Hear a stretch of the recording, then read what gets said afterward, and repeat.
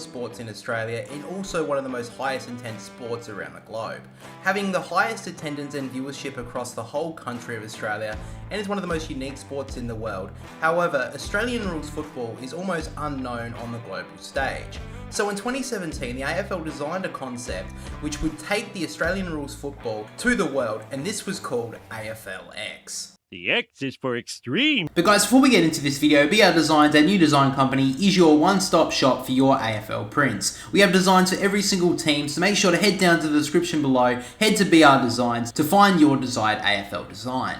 And make sure to use our unique features with our design of scanning your QR code will actually bring up on your phone the highlight that you have the design for.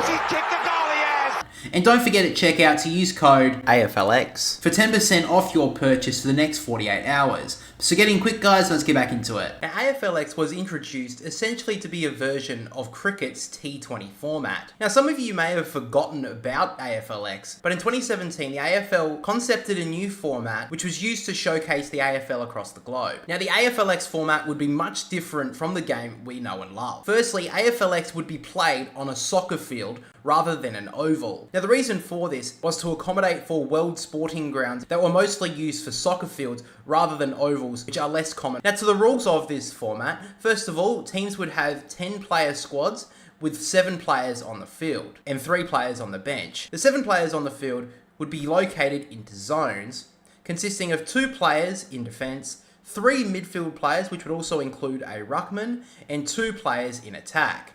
Now, to the scoring, and if you kicked the goal from outside the 40-metre arc, it was called a super goal and would award a team 10 points. Goals inside the 40-metre arc would award teams 6 points, behinds would remain the same at 1 point, and rush behinds would award players a free kick from outside the 40-metre arc to give them a chance to kick a super goal. Now, those are the basic rules of the AFLX format in the first year, but now on how the tournament would work. And we even saw a little bit of a controversy on the first night when the trademark silver ball, which was marketed for a few weeks before the tournament began, had to be removed after the first game that Port Adelaide played, as they were wearing a grey jumper and it did clash with the ball and was not able to be seen by a lot of viewers on television. So it was quickly changed back to the traditional yellow ball across the first night of the tournament. And in the pre-season of the 2018, we had a 3-night tournament which would consist of 6 different teams across all 3 nights. Now, these 6 teams would compete in a round-robin format, and they would play 2 teams, and the best 2 performing teams across the night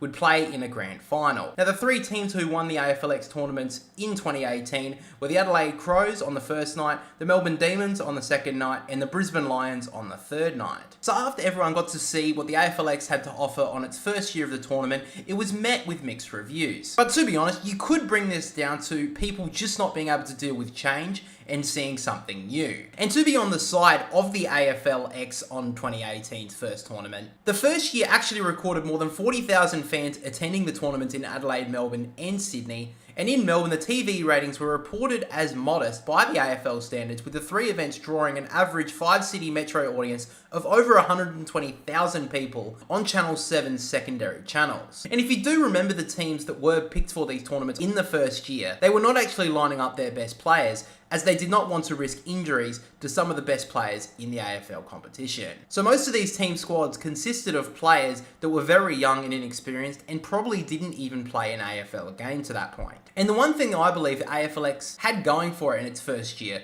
was the native AFL supporters had their teams to barrack for. And it's where I believe the AFL made its biggest mistake going into year 2 of AFLX. Now, in year 2, the AFL wanted to shake some things up with a bunch of rule changes for AFLX and a lot of scoring changes, which included inflating the score points for behinds from 1 to 2, goals from 6 to 12, and super goals from 10 to 20. So they doubled every score. Wow, how creative. But anyway, the major change for AFLX in Season 2 was the way the teams would work. So in 2019, the AFL had a plan to make 4 dream teams with high-profile players on each squad. So these teams were called Rampage, captained by Jack Riewoldt, the Flyers, captained by Nat Fyfe, the Bolts, captained by Paddy Dangerfield, and Deadly, which were captained by Eddie Betts. Now, I understand what the AFL were trying to do here. They were trying to attract more supporters to this tournament by trying to bring some of the most high-profile players to its format. But this was actually a disaster from the beginning, as supporters supporters of the AFL are barracking for teams. They're not barracking for certain players. Because let's be honest, if you barrack for teams like Collingwood or Carlton, you're barracking for the team. If a player like Jack Higgins or Lachie Whitfield left your team tomorrow, you're not going to be following them to their next team. You're going to be following your team for the long haul. So no one had an actual attachment to these new super teams. And to be honest, supporters were probably most likely only watching this new tournament or following this new tournament format in 2019 was the hope that their best and favourite players from their teams were not going to be injured in this new format. Now the AFL tried to market this as having an AFL super draft, so to speak. So these 4 different captains, which I mentioned a little bit earlier, would get to pick their favourite teams. And the draft format became an absolute farce because a few days before the tournament began, many players dropped out due to quote-unquote injuries. And another problem AFLX faced in 2019 was the fact that sales for this 2019 tournament for the one night only experience was way down on expectations. And in 2019, a week before the tournament began, the AFL tried to market free tickets to AFL members to try and increase the attendance numbers. And in the end, this didn't turn out well at all, as the 2019 tournament only attracted 23,000 people. And just for context, where this was held is at Marvel Stadium, and this ground holds 53,000 people into the ground, and they couldn't even fill half of it for some of the AFL's best players. But for people who are wondering, in the 2019 tournament, we did see these 4 teams match up against each other across the whole night, and like in 2018, the 2 teams that performed the best did play the final game in a grand final. Now this saw the Flyers, captained by Nat Fyfe, play against the Rampage, captained by Jack Riewoldt, and in the end, the final scores were the Rampage won the 2019 tournament 84-67. But as we saw the tournament throughout the night, we did see these 4 teams not taking the tournament too seriously. Now look, I don't have an issue with that one bit. I think it's great to see AFL players, even some of the peak players in the competition at the time, not taking it too seriously and just having a bit of fun. But trying to market this to the world stage became near impossible, as if you're watching all-star matches, for example, in NFL and that, you want to see some really great plays and players taking it somewhat seriously. But we could see in this clip in particular, Paddy Cripps taking a spot kick, similar as what you see in NRL. You could tell that the AFL players were not taking this too seriously, which really went against people trying to broadcast this to a world format. And with the numbers dwindling in attendance, the reviews of AFLX Season 2 being at a dismal rate,